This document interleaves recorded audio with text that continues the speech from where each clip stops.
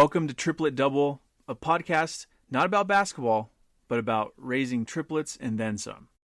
My name's Isaiah Hernandez, and I am your host. I am the proud father of 5 children under the age of 5.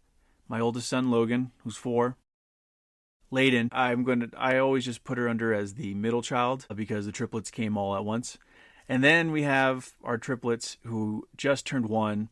We have Amelia, we have Samara, and we have Nora. And it's been quite the journey raising 5 under 5. It's busy, it's hectic, but it's also beautiful and it's also unique. And I really wanted to start this vulnerable journey of myself and share about my life, share about what it looks like, not just raising my kids, but really just in general, talking about raising children and really being a partner to your spouse and kind of just figuring out that work and personal life balance.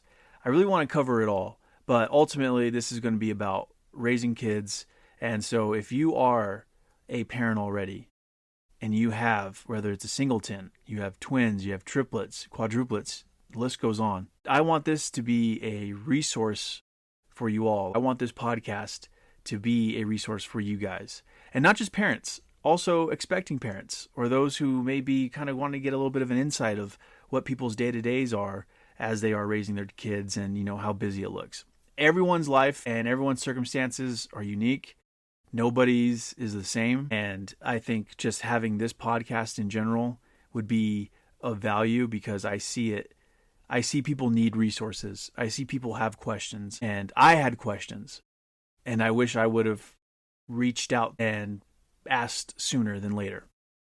And so this is what the Triplet Double podcast is about. Hence the name, Triplet for the girls, and then Double for my 2 older singletons. And so I just really appreciate you all being here, listening in. And what I want to do for this premiere episode is I want to get into the beginning of when we found out about the triplets. So hang tight, sit back, and thank you again for being here. So let's get into the beginning. This is not the beginning of parenthood, but it's going to be the beginning of our triplet journey. So in 2024, my wife, Elizabeth, she gave birth to our triplet girls. We had all girls, Amelia, who's baby A, Samara, baby B, and Nora, baby C. And this was what their actual medical label was through Kaiser. And this was actually the birth order as well. Amelia came out first, Samara came out second, Nora was last. But before we get into all that, let's go back a little bit and let's talk about when we found out we were pregnant. So in 2023, August of 2023, we found out Elizabeth was pregnant. Now, I'm going to be 100% genuine here and I'm going to share real life what I was feeling at that time. I'm not this super cool, calm, collective person who always keeps it together because I don't.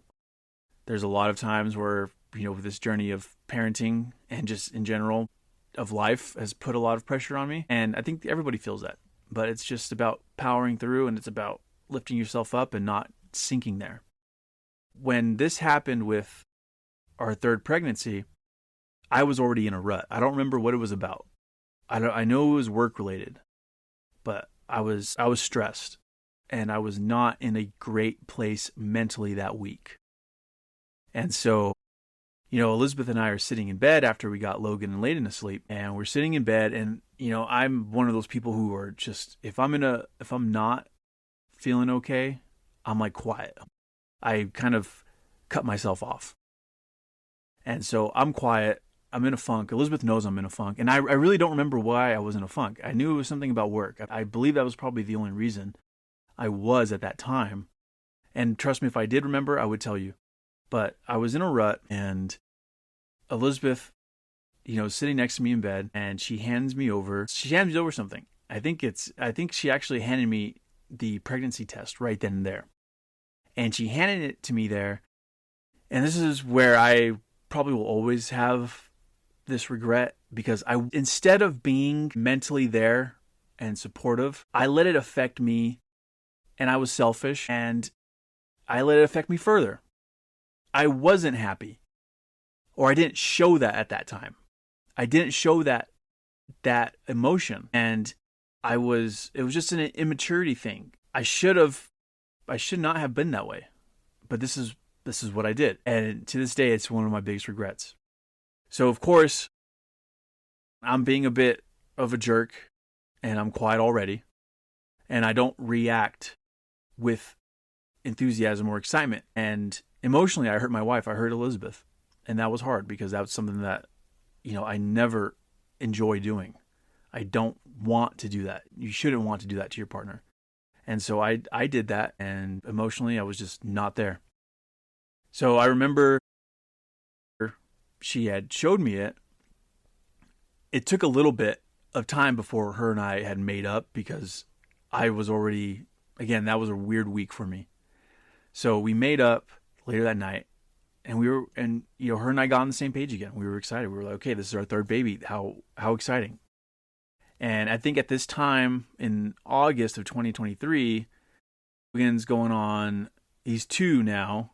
So he's about 2.5. Yeah, he's about 2.5, I would say. Maybe a little less, maybe a little bit more. Got to look at that. And then Layden now, she is just over 1 year old. Yeah, she's about just over 1. We were excited. We were talking about after, again, we got on the same page. I got out of my rut. I snapped out of it because, I have to.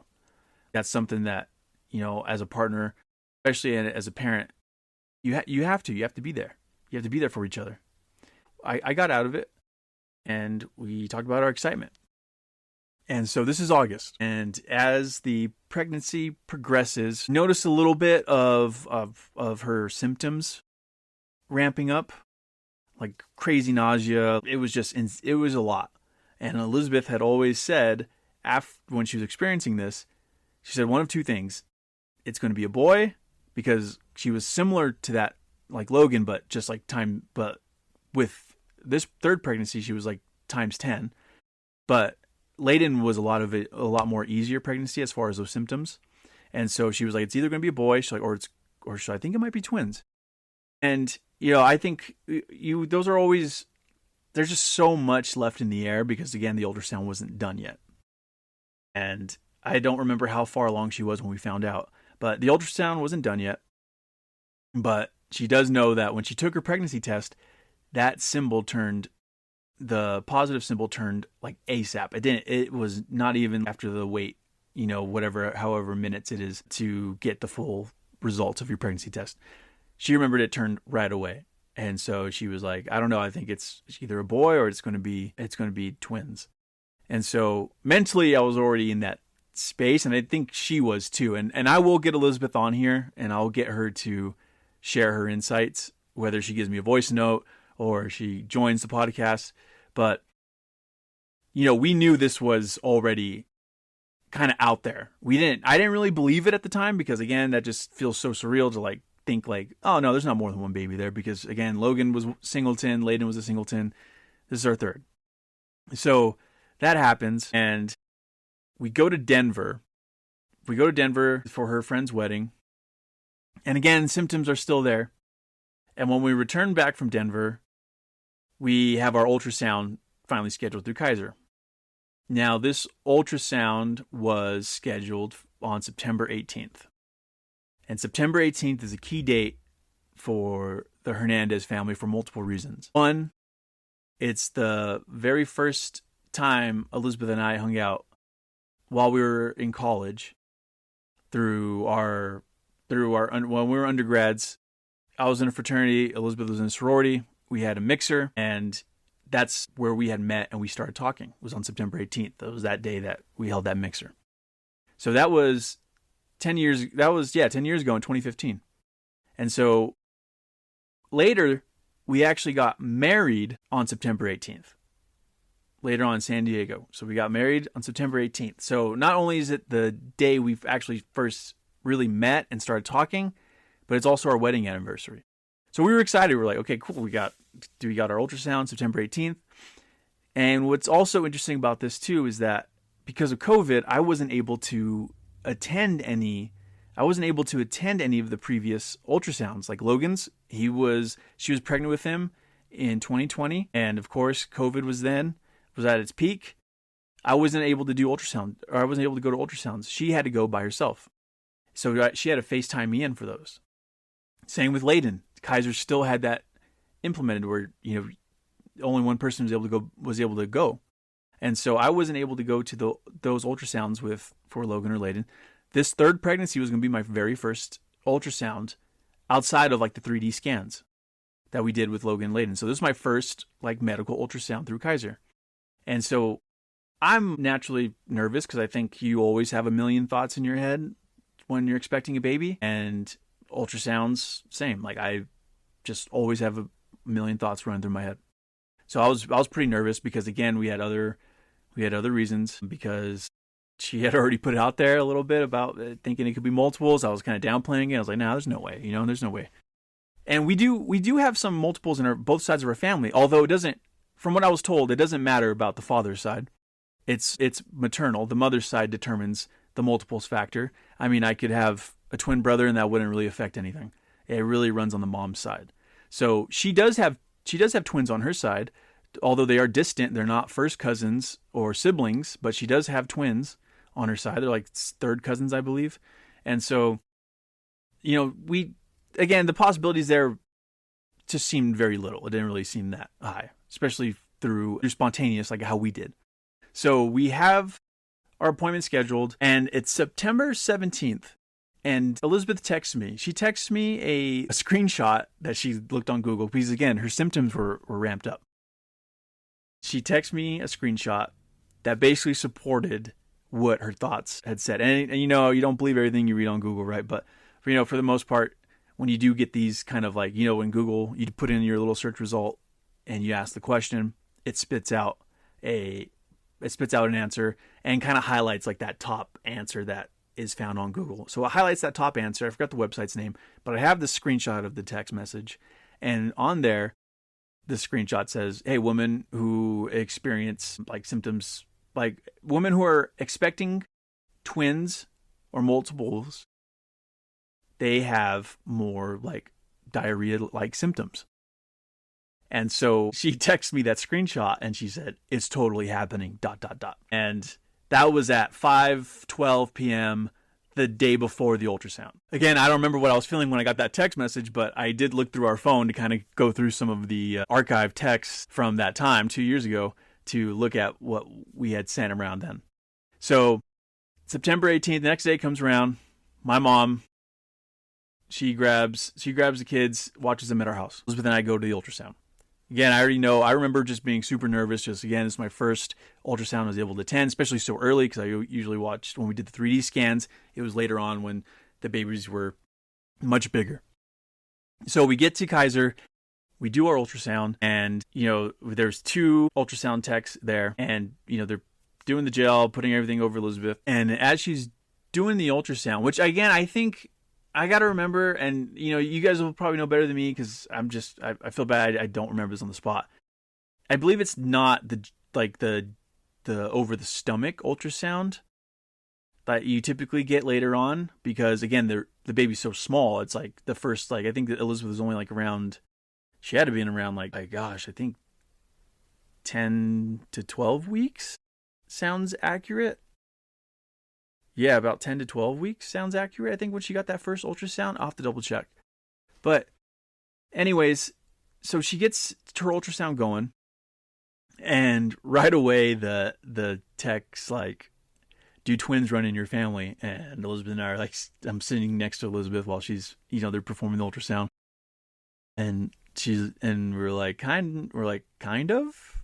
And she's like, well, it's twins. And right away, we just kind of like started like laughing a little bit, like excited. You know what I mean? We're just like, oh, wow. Like I just was like, holy crap. Like it happened. Like it was that was a big deal. Like, I remember it being such a big deal. And we're like, okay, it is twins. Like she was right. Like the signs were there. Everything was leading up to it. And, Elizabeth was really in tune with her body. So she just felt like, hey, this was just so different. And to finally get that answer after we waited a couple weeks was just like, oh my gosh, like, holy crap, it is twins. And so she's still going, doing her ultrasound, and we're just like, I wish I can remember some of the jokes we were trying to say, to make us feel better, and, just about the excitement we're feeling. And then a little bit of the bombshell happens after this, because I get this question asked all the time, especially when we found out. Everyone wanted to know how it was when we found out about the triplets. And so the text still going through, and then she's like, actually, there's a third baby there. And we were like, what? Like, and she's like, I'm not kidding. And we're like, and I remember my heart sank. And I'm sure Elizabeth did too. We were just in utter shock. She's like, the text, like, it's triplets. And we were just like, holy crap. Didn't really know what to kind of think. We were just like, I've seen twins. I've met twins. I've known people who've had twins. I have cousins who have twins. But I've never met anybody who had triplets. Nor have I met any triplets in my life. And it was just like a complete bombshell, because we were like, holy crap, we did not ever expect or even throw out there that it could have been triplets. And that was probably one of the biggest shocks of my life.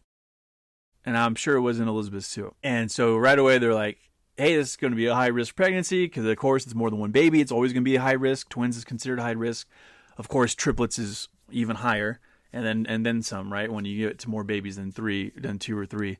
And so we called our family, told everybody, dropped the news. And I remember I got home. My mom's like, she's like, well, how'd it go?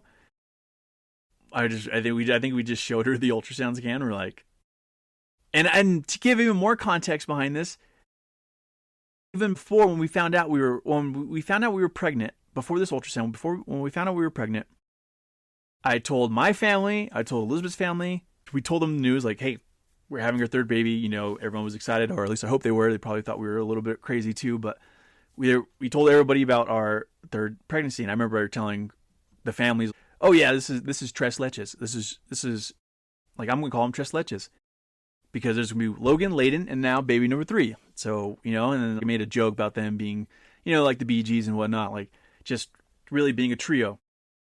And so I had already called I had called our family tres leches, and which, for those who don't know, it's 3 milks in Spanish. It's a nice, tasty cake.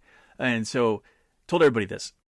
And so when I got home, we had called Elizabeth's parents right away, because naturally we were like, okay, who do we talk to? Called her parents right away. And then we were like, do we call my mom? And we're like, no, well, she's already there with the kids, so let's just go tell her in person. So I remember we told my mom, and she's like, how'd it go? And so I showed her the ultrasound pictures, and we're like, there's 3. And she's like, shut up. And we're like, no, it's triplets. And my mom was just utter disbelief. And she was just right away crying, like just so excited. She was just, I remember her just right away just being like, oh my gosh, like, no way. And she just thought it was so funny. She was crying, laughing at how I remember it. And we were just like, it's like, you're going to have 5 kids? And we're like, we're going to have 5 kids. And that's also when we got home, it kind of sank in reality, where I was like, we thought we were having a third baby. Actually, we're having 5 babies with this third pregnancy. And that was crazy. It just never in my life did I think I would have as many kids as I do. And it's been one of life's biggest blessings. And it's just, this whole retelling of this has just been insane. So we're there back home, and, I call my family. I already told my mom, already told Elizabeth's parents, called my dad, called my stepmom, told my grandparents, told my uncle. And then after he got it all out, we were just like, just laughing on the phone and just telling everybody, and everybody was like, what? I don't believe this. And so that happens. And then reality kind of starting to really kick in a little bit, because, I was like, got over the shock, excitement phase. And now I came back down a little bit, and Elizabeth and my mom were looking at me like, are you okay? And I was kind of just like sitting there on the couch, like, just trying to process everything in my head. Where are we going to put these babies at? How am I going to afford these babies? Everything. It was really, really intense. And I think that's natural. I think that those are natural feelings to have. I mean, whether you're expecting one or multiple, you're going to have those feelings. And I think those are okay. We're human. Like, I'm not going to pretend like I found out I had the triplets and I had it all figured out. We did not. Elizabeth and I did not have it all figured out. And you can even argue we still don't. But, we have to find a way. And so that's what her and I did. When reality kicked in and we were like, hey, we got to figure this out. Our house at this time is a 3-bed, 2-bath, 1,500 square feet or less. I think it's like 1,272. Super small house. I mean, not super small, but it's a small house, especially for 5 kids. And Logan and Layden have their own room. Elizabeth and I have our own room. So now we're like, okay, where do we put these 3 babies? And so we had time. Like, this was September, and we had time, so we had to figure it out. We had to, okay, how are we gonna move this around? But I wanted to jump back also really quick, because when we talked about the significance of this ultrasound being on September 18th, our anniversary, here's more about it. September 18th is our 3rd wedding anniversary. This was our 3rd pregnancy. Thought it was going to be our 3rd child. But it just feels like so much foreshadowing was there. Like, when looking back at it, it was like, okay, we got this scheduled on September 18th. That's our 3rd anniversary, wedding anniversary. This is our 3rd pregnancy. It just felt only natural that it became triplets. It just felt like it all just fell in our lap like that. It was all meant to be. It was just, I just always think how we told everybody, like, how crazy is that? 3rd wedding anniversary, 3rd pregnancy, and triplets. So Elizabeth and I kind of, we figured this out a little bit. We are trying to find, okay, how do we move around? How do we move things around? And, we knew later on we were going to have to move Layden and Logan to start sharing a room, because that's the only way we could, fit all 5 of our kids in our house, because we knew we weren't going to, our master, or our primary bedroom at the time, was not a very big bedroom.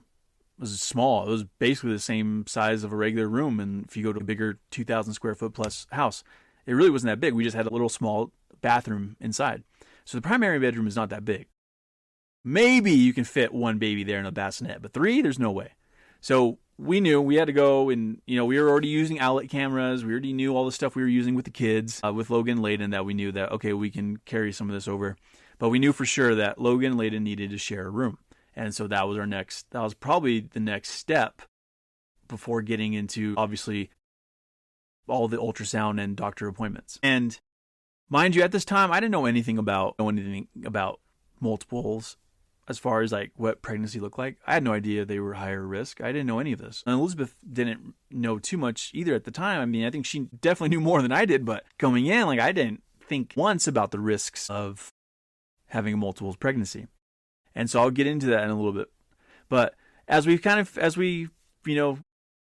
moved on to the next stage of, after settling in with reality, we figured out, okay, we need to do this. We got to figure out the layout of the house. We got to figure out the next steps. Like, do we look at new houses? Like, could we afford a new house? Definitely not. I mean, and again, I was telling you guys I wanted to be as authentic as possible here. I make less than $75,000 a year. This is in California. This is in California, cheaper county in Riverside County. Still, Riverside County shot up a lot as far as real estate expense, etc. Like, that place is not as cheap as it was 10, 15 years ago. So we had, Elizabeth was working part-time. I was working my full-time job, $75,000 or and less a year. And so we don't have a lot of money. And thankfully, our families have always been there for help. And I'll be truthful about that. Like, both of our families have always been there to help us. Nobody pays our mortgage, but they've been able to help us in so many different ways. You name it. Whether they give us money, like when they helped us purchase the house, or help with groceries, little like other bigger purchases maybe.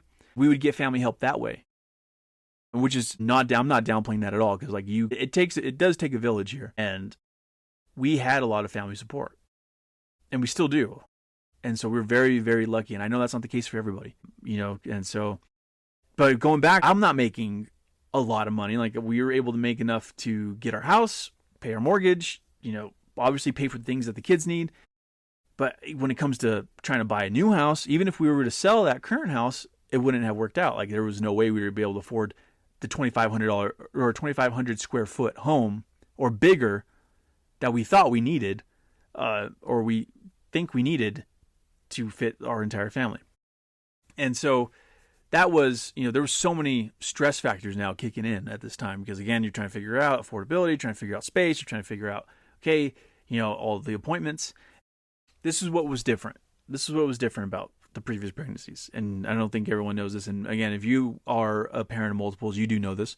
But for all the singletons out there, it's so much, when it comes into having a pregnancy with twins or more, triplets in our case, you're going to see that, a lot of the hospitals will be like, hey, you got it. Okay. Like, normally you'll have your regular appointments, do your ultrasounds, regular, the mom has regular appointments. But now with a multiples pregnancy, you have to see a parentologist, and they are doctors who specialize in high risk pregnancies. And this does apply to singletons too, because there's also other conditions. There's also other things that happen with a singleton pregnancy that can lead you to be seen by a perinatologist. Perinatologist. Yeah. P-E-R-I-N-A. Let me see. Perinatologist. Sorry, guys. It is Perinatologist. So, yes, singletons will have to see a perinatologist. It just depends, of course, on the circumstances and how the pregnancy is progressing. But twins or more, I believe 100% of the time, or like at least 90% of the time, you need to see a perinatologist at least a couple of times throughout the pregnancy. So we have to go see a perinatologist, and we do this. We go, and the first appointment we had with her, it was good. I think that one worked out well. Like, it was a good visit. They did their ultrasound, went through it. They were telling us, they were the ones that tell us, okay, baby A is, I gotta look up this again, but baby A has its own placenta. So baby A, Amelia, was by herself. She was growing by herself. Then baby B and C, they shared a placenta. So they were what you would consider most of the time are identical. So we knew Amelia was a fraternal, and we knew baby B and C, Samara and Nora, were going to be identical. And so that's where we kind of found that out. So that's where we started to get the labels of A, B, and C through Kaiser. And we didn't have names picked out yet. We were still kind of figuring out, because again, we don't even know the genders yet. So then we have that first appointment. It goes well. And, we have to drive from, at this time, we're living in Menifee, which is in South Riverside County, right next to Murrieta and Temecula. We were living over there, and we have a Kaiser, doctor office next to us, but we don't have a hospital next to us. And so we had to go for the perinatologist for those bigger appointments that obviously require a lot more resources. But we had to drive to Riverside, which is about 40 minutes from Menifee. We previously lived in San Diego, so we were like, can we go to San Diego? It's the same distance. But because we were in Riverside County, they were like, you got to go to Riverside. And honestly, Kaiser and Riverside, nothing but great things to say about them. So we went there, and that actually, that Riverside hospital was where Logan was born. Layden came too quick, and so she ended up being born in a hospital in Murrieta. So we were familiar with Riverside already. We knew the place because, again, Logan was born there, and then we've had doctor visits for the past 2 pregnancies over there. So we get done with that first perinatologist appointment. Great. I don't remember if she shared anything about some of the risks we can run into with having triplets, but I just remember that one was a good appointment. And so at this time, I'm thinking September, October. Yeah, so this time, September, October, we were in Arizona seeing family, and we were driving, and like that last day in Arizona, we had also done pictures. We did family pictures. And so we did family pictures before, I think it was either the beginning of October. It had to have been the beginning of October. Like in the beginning of October, we did family pictures. And this is where we were going to do our pregnancy announcement. We're like, okay, we're going to do family photos. We're going to have the ultrasound pictures, and we're going to announce to everybody that we're having triplets. Because by now, Elizabeth's 3 months pregnant, past the technical safe point, right? When you would share about pregnancy, at least outside of like immediate family. And so that's what happened. So we did a photo, and we did family photos, and that's where we were going to announce it. So, we got the kids there, went to the studio, did the family pictures, got the ultrasound. Like, it was great. And then we went to Arizona afterwards while we were waiting, right, for the pictures to be done. It takes a little bit of time. And we were in Arizona. We got the photos while we were in Arizona. And on the last day when we were hanging out with family, we were like, okay, we're going to share it on social media. Because, hey, we're past again, this goes back to where I had no idea what to expect with a multiple pregnancy. So in my mind, I'm like, yeah, it's fine. Yeah, we'll just share. And so we shared with everyone, told everybody on Facebook, Instagram, told, all of our friends and family that followed us, hey, triplets. And of course, everyone was like, what? Like, they were just commenting. I got texts. People were like, oh my God, this is crazy. And, I even got some random weird comments. Someone was like, hey, if you, I couldn't tell if they were joking or not. I mean, I knew this person, but I didn't know them that well. That they were like, hey, congrats on the triplets. If you are like, look, if they're too much, I'd be happy to take one. And I was I remember just told Elizabeth, look at this message I got. Like, what? Again, I wasn't close to this person, so I didn't know if they were joking or not, nor did I want to clarify or really find out how serious they were. So I was just like, oh, thanks, man. Like, appreciate it. And that's kind of left it at that. I didn't even try to address it because I don't know. Like, maybe it was a joke, but if it was a poor joke at the time. And so that was probably one of the weirdest texts I got for sure. We get back from Arizona, and then we have our second parentologist appointment. I think at this time we have to be seen by a parentologist every 2 weeks, I believe. Yeah, every 2 weeks you have to go to Riverside and see a parentologist. And so we saw ours, and the second one was where I probably got like this is where the hardest part of the pregnancy happens. And, they run their ultrasound, and the techs do the thing, they're doing the ultrasound. And when it's done, I don't remember much of the commentary, like if I was trying to read what the tech was doing or not, facial expression or like what words they used. But I just remember the tech was doing her job, got it done, and then she has to go talk to the doctor. Like, that's typically how it goes, right? The tech performs ultrasound, they leave the room, then the doctor comes in and talks about what they see. So this time, I believe that was different from the last time, and Elizabeth will probably know better, but we were taken to a different room.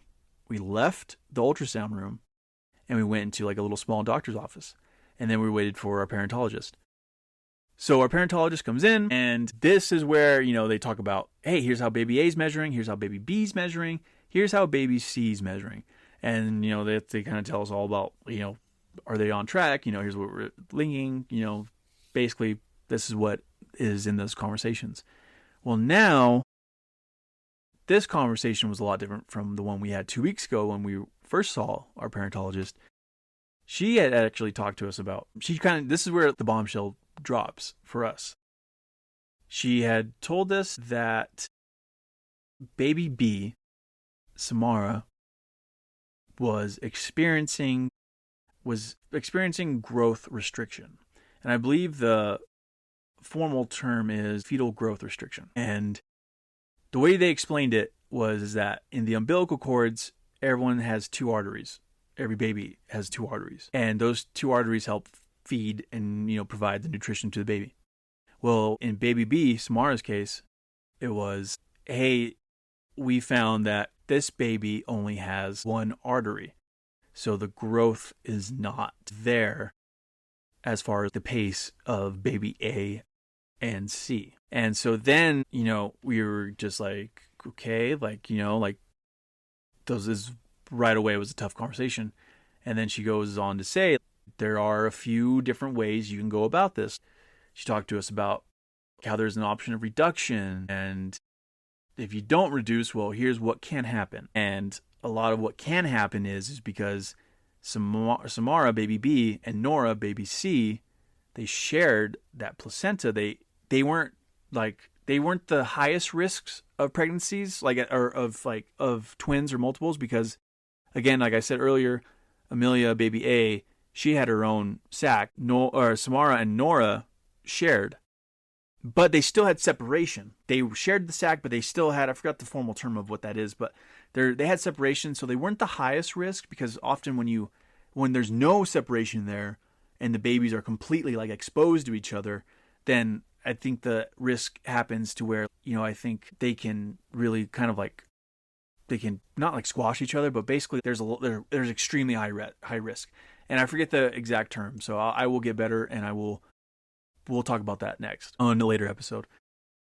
But regardless, they still shared that placenta, and so because they did, she talked about the risks of like that, right? Because it's like if baby B, who's not growing as much or at the same pace as baby A and C, well, this is what can happen. It can cause trouble for baby C now. And so these are all ifs. These are all possibilities. They're not saying they didn't say it was going to happen, but I remember Elizabeth and I were in tears because we were like, what?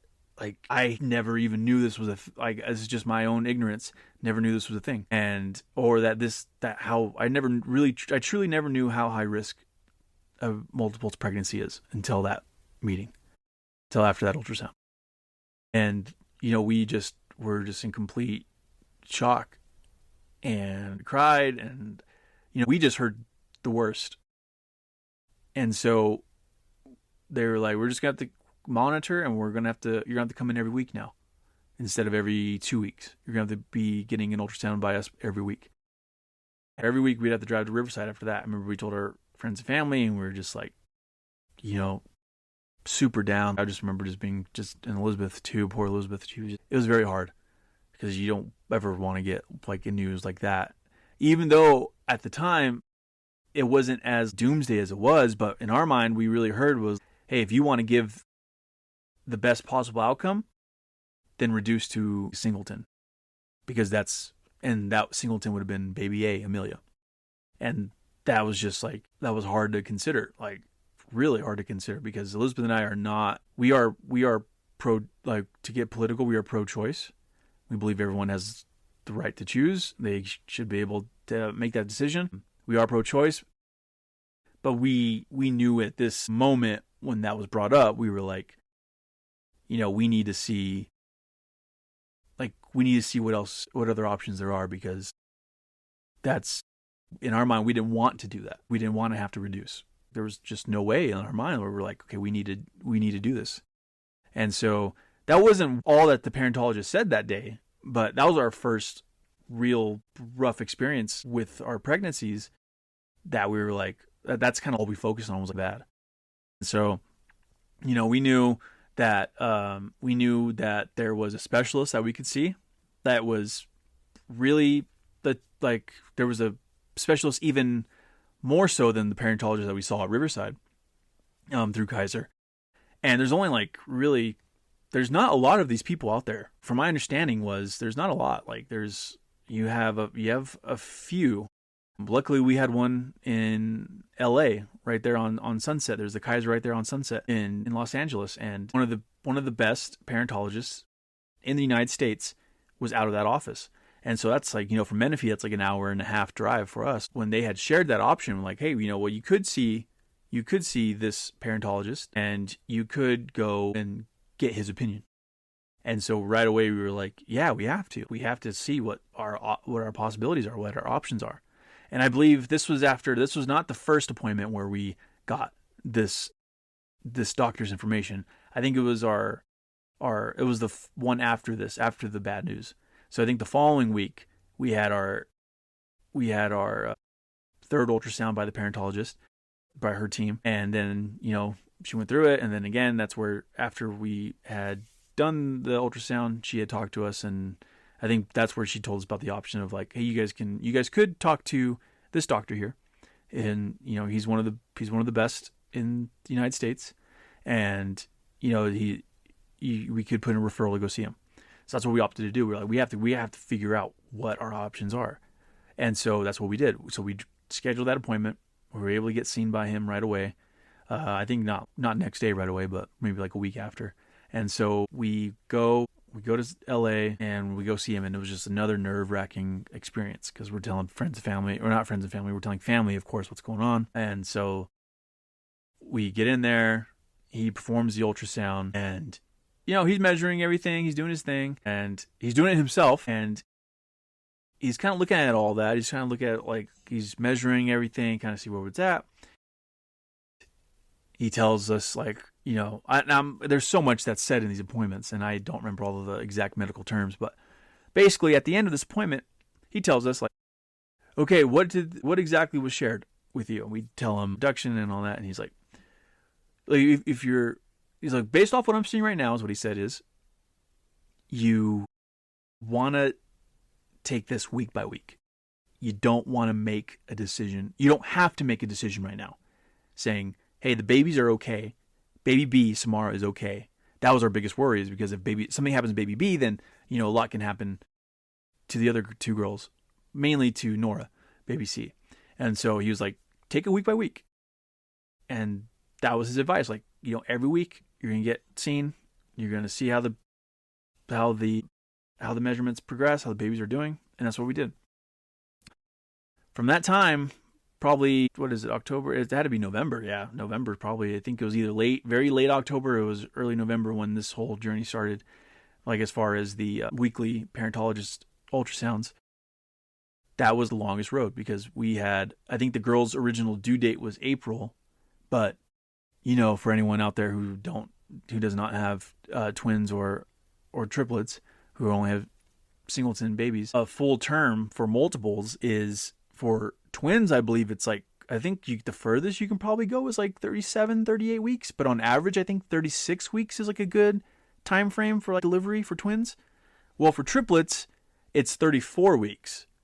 And so that's like that's like, it's 34 weeks, 32 to 34 weeks. Like that's like the prime delivery for triplets. Like ideally, like that's where you want to get them to. Does that happen? No, it does not happen all the time. And so that's the hard part. That's the risk. And so the one thing they were just making sure is we don't want to trigger an early delivery. Like you don't want to deliver by, I think, 24 weeks.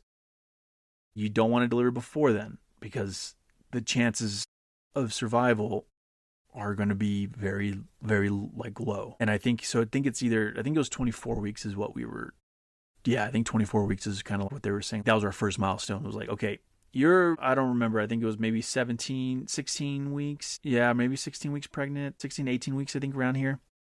He's like, you want to make it to these milestones. Because if anything did happen to baby B, Samara, our options were going to be pretty limited as far as like, as the further the pregnancy progresses, the more dangerous your options are.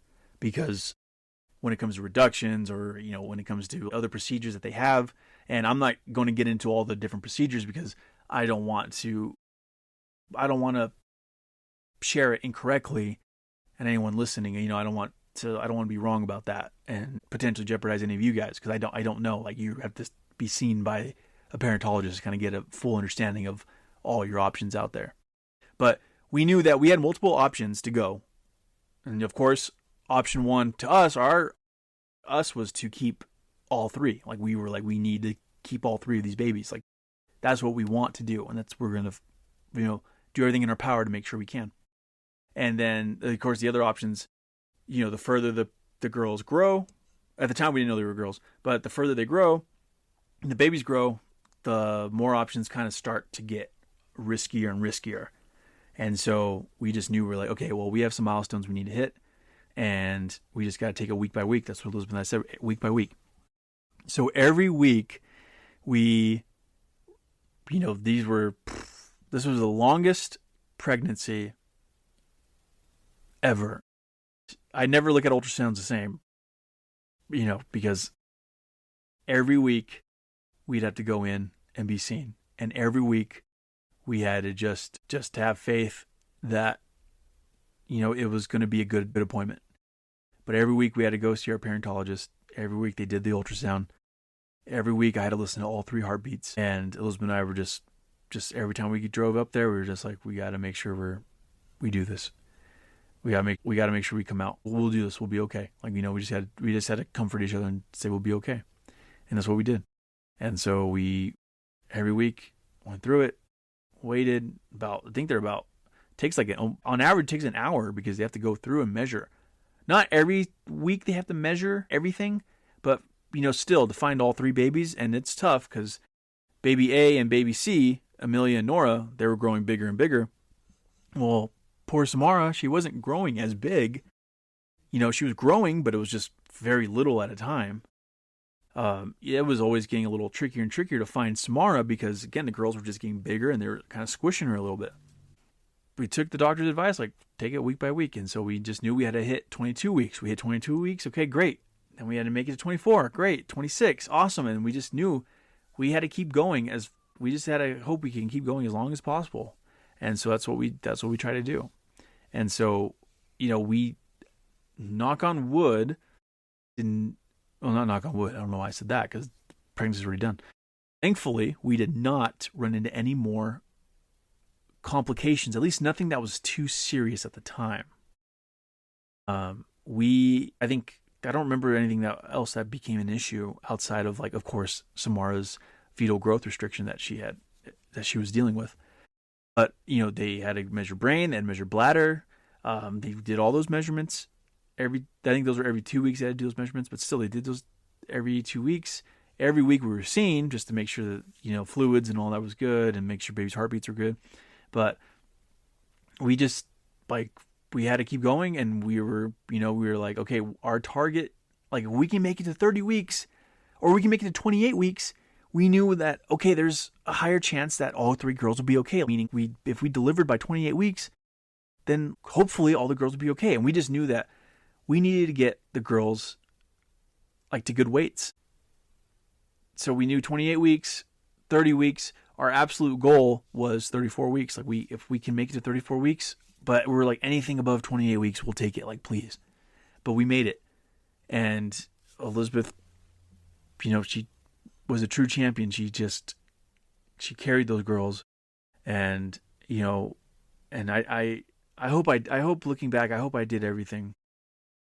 I did everything right for her. And I hope I was able to be the best partner to her at that time to help, make her job easier, because it's a lot of work. Just growing even one baby is a lot of work, let alone more than one. But, our journey made it, and it was a long weeks of ultrasounds, but we made it. We kept going, and eventually we hit 34 weeks. And at 34 weeks, I think the girls were measuring right at, I think Amelia at the time was measuring around about basically 5 pounds. Nora, baby C, was measuring around probably, I think she was always a little less than Amelia. And then Samara, we were just like, please, Samara, get to like over a pound. Like, if you can get to over a pound, it's like, that'd be, we did. And she made it over a pound through the estimates, right? These are just estimates. All the ultrasounds are just estimates. They're not always going to be final, especially with more than one baby. So we were scheduled for delivery, and we knew it was going to be a while for that delivery because you have to monitor, because they had to give Elizabeth a steroid. So they're like, okay, here's what it's going to look like. On this day, I think it was March 4th or 5th. I think it was March 5th. It had to have been March 5th. Yeah. On March 5th, we knew we'd be admitted to Kaiser. And we knew they had to monitor Elizabeth for at least 48 hours because they had to give her a steroid. They had to give her a steroid that would help. I think, I forget exactly what the steroid was going to do. I think it was help to like accelerate. Because again, they're 34 weeks, and that's pretty early. That's, 6 weeks premature. But they had to measure all that. or they had to give her that steroid to help accelerate that, right, to get the babies ready for delivery. And because if anything happened between those 48 hours, like they couldn't let her go home because if anything happened, like an emergency where it was causing something for Elizabeth to go into labor, well, they had to be ready. And so they got us admitted March 5th, and then March 7th, we had our actual delivery that morning. And so that's what we did. We got the Kaiser, we got all set up, and, Elizabeth and I we just had to be there for each other and tell each other it was going to be okay, and that's what we did. And so March 5th happens, she gets the shot, and then they had to tape these things around her belly that would measure the heartbeats constantly. So poor Elizabeth had to lay in the hospital bed, which, if you've laid in a hospital bed, I'm sure, especially when you're pregnant, it's not that comfortable. Like they're just not, and so she had to lay in that hospital bed, and then they had to tape this stuff around her to measure each of the baby's heartbeats. And Samara's was always hard to get because, again, she was so small and squished between Amelia and Nora that the nurses always had to come in, readjust. And so Elizabeth always had to have like these bands around her belly with these little attached monitors on them. It was crazy. But we made it. We stayed in the hospital for 48 hours leading up to it. And that morning, and then at that time, we met the NICU team. The NICU team was amazing. The doctor of the Riverside NICU team, he really reassured us. He was like, my team's one of the best in the country and in California. Like we are great at what we do. I trust these people. They will take care of you guys. They're going to do everything in their power to make sure that these babies are delivered okay. And so that was great because, we really liked that doctor. We met the other primary doctors who run the NICU. There's I think there was 8 of them but they all take shifts, right? I think they take 24-hour shifts, 12 to 24-hour shifts, I think is what they're typically doing. Some are there 24 hours, some are there less. But we got to meet them. We got to meet the NICU team, and we got to see the NICU, kind of get out, to look at what it was like.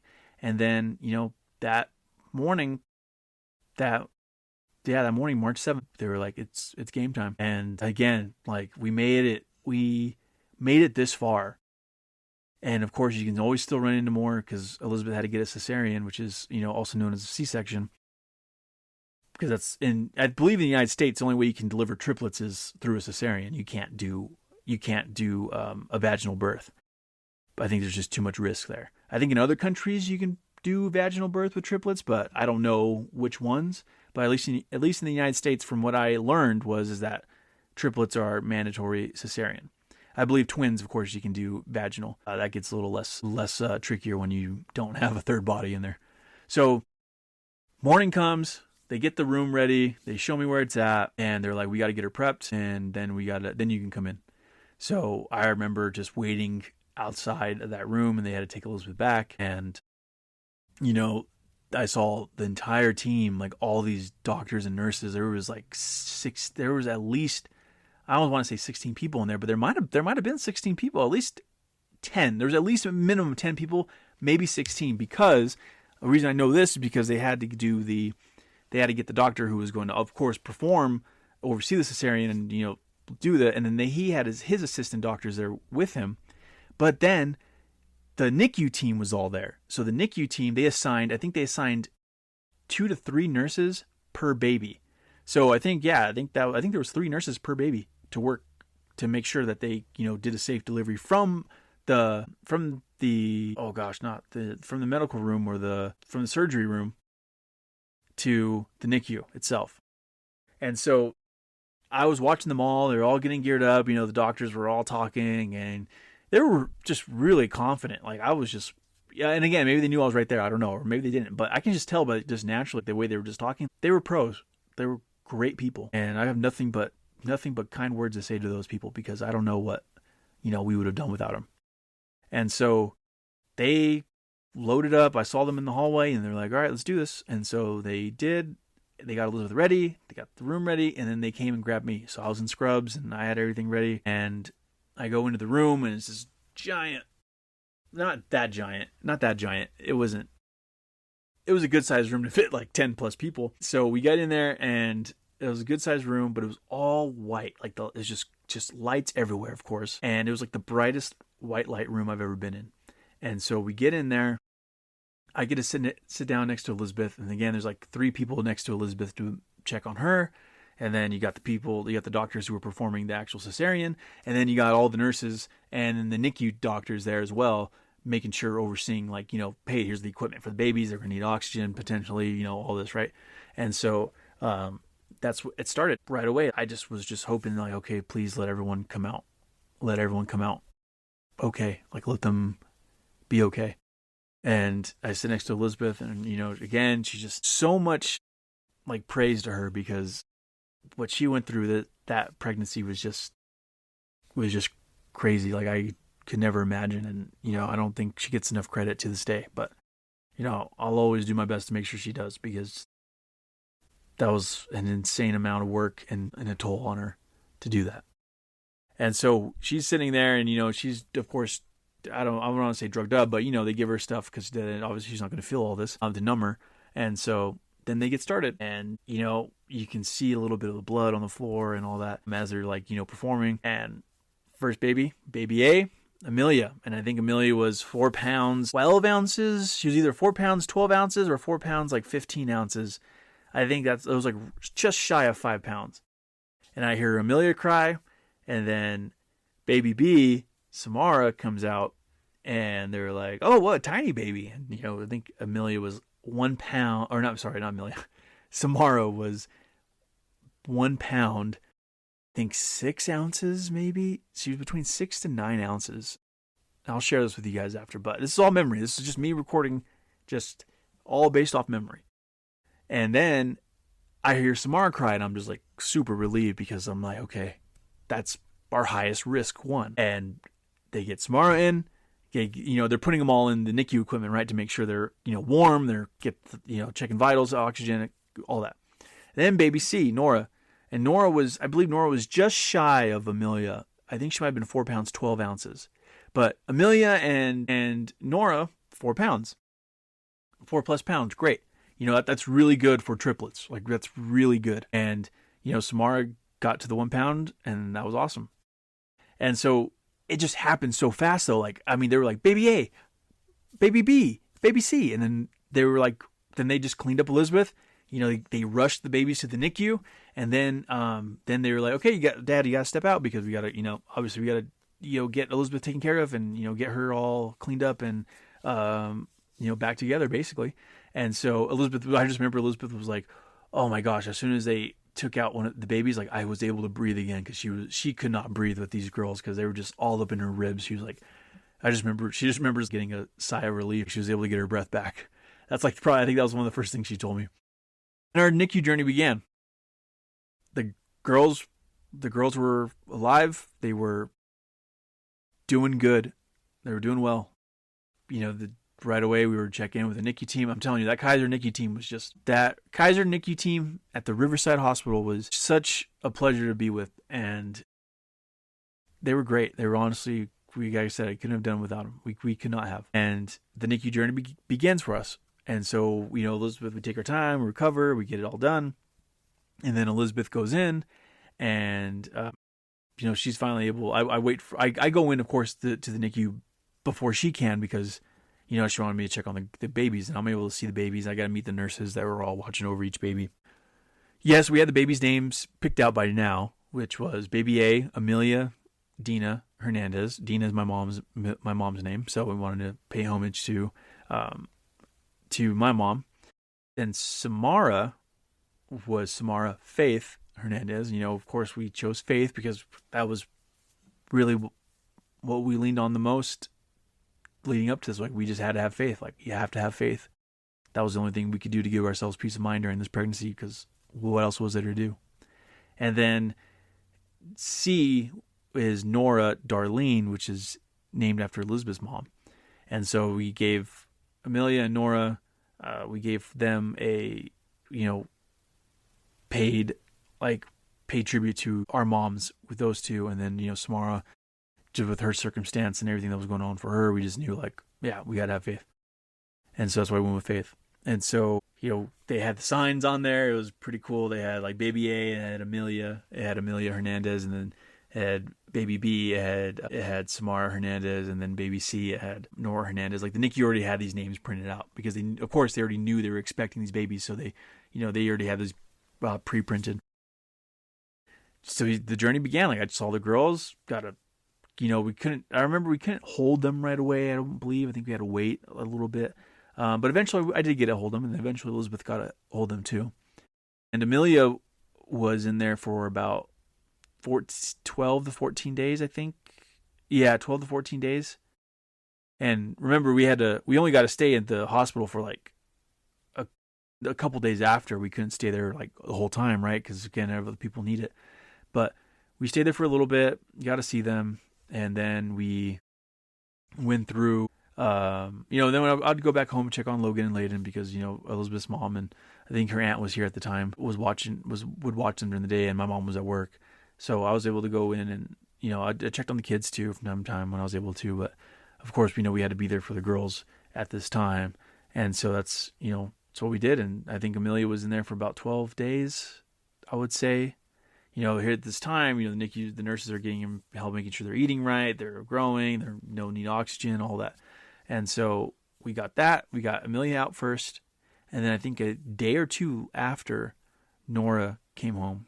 Nora wasn't that much behind Amelia as far as like NICU stay. But Samara was such a unique she was 1 pound. I mean, it was going to be a while until she was able to get to where she needed to be to come home. They had to just constantly monitor her. They could only feed her so little. And even, Amelia and Nora ate so little. It was just crazy thinking about how little they ate because they were so tiny. But Samara especially had to she was getting little droplets. Like she was too little. They couldn't, overfeed her. And of course she still had to make sure get her muscles there. So it was a long journey for Samara. She was there 90 plus days. 90 plus days compared to Amelia and Nora. And you see that with triplets. I mean, that's not too out of the ordinary. I mean, there was a few people that made it who were, I think on average, I've seen a lot of other triplet parents be on average 50 to 90 days. That's typically where I see a lot of them stay in the NICU. Just because you have to be safe. You have to make sure they're ready to be home. And so we saw all that happen, and Mara powered through. She had there's a lot of challenges. She had to get that PICC line in her ankle. Again, she had to get, that was a big procedure that they had to do for her. But she made it. And, I have pictures that I'll eventually be able to share with you all. She made it 90 plus days. I think she came home and she was 4 pounds, 5 pounds, maybe. She had been above 4. I know that. So I think she was finally 5 pounds, I think. She was eating on her own and she was meeting all the requirements. So finally she was able to come home, and it was just finally our family was complete. It was great. And Elizabeth went every single day to the NICU to visit all 3 girls. If Amelia and Nora were home, then she was doing it every day for Samara. I was able to go at least every other day to start, and then with our schedules and work and really, with the kids and with Logan and Layden, and now we have 2 other babies at home. I wasn't able to be there every day for Samara, but that's why there's 2 of us. Elizabeth, it was more important for me, and I believe for Samara, it was more important for her to be there every day, for Elizabeth to be there every day. I wish I could have been there every day. I really do, but it was just one of those things where it's it just didn't work out that way. But I always made sure to still check on her, and thankfully Elizabeth was able to go every day, and we had at-home support, but from our family, so that was always good too, to also make it so we're not by ourselves. And the dynamic really changed because you had Logan, you had Layden, and then you had the 2 babies now at home, and that changes a bit from twins to triplets, because when Samara came home, it became a whole lot different. It was quite the journey, because Samara was just a little bit behind on some other things that Amelia and Nora were, as far as milestones and where they were at with eating and sleeping and all that. But it was really cool when we finally got Samara home. Kaiser Riverside did a big press release for us. They took a picture of us. They interviewed us. It was really awesome. Like, it was just such a nice experience. And, they took care of us. I mean, nurses cried when Samara left because they were just, they were going to miss her and they missed us. And, they were just the sweetest people ever. Like I said, there's nothing I could ever do to, like, pay them back because they took care of, like, our girls. We were just so lucky to have them. Because I'm sure it would have been fine in other places too, but I don't, you never know, right? It was great. But that's the beginning of this triplet journey. Like, that's where it happens. March 7th, the girls were born. 90 days later, we had all 3 girls home.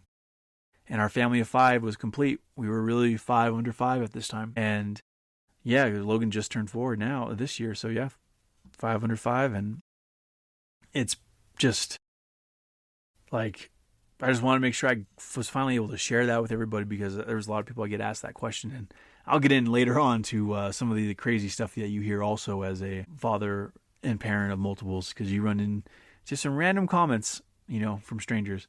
But I wanted to get this out there for you all. And I just appreciate you guys, for everyone who's made it this far to listen and finish the episode.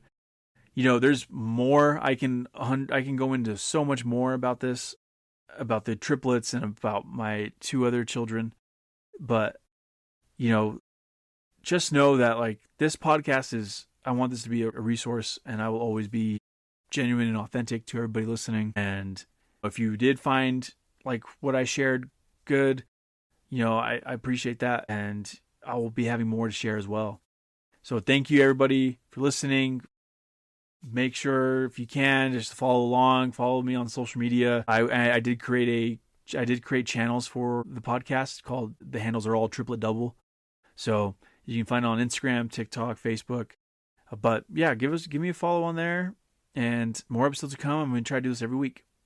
But that's this week's episode of the premiere of Triplet Double, podcast about parenting, raising triplets, being a partner, so much more. Thanks everybody for listening. I'll see you guys in the next episode.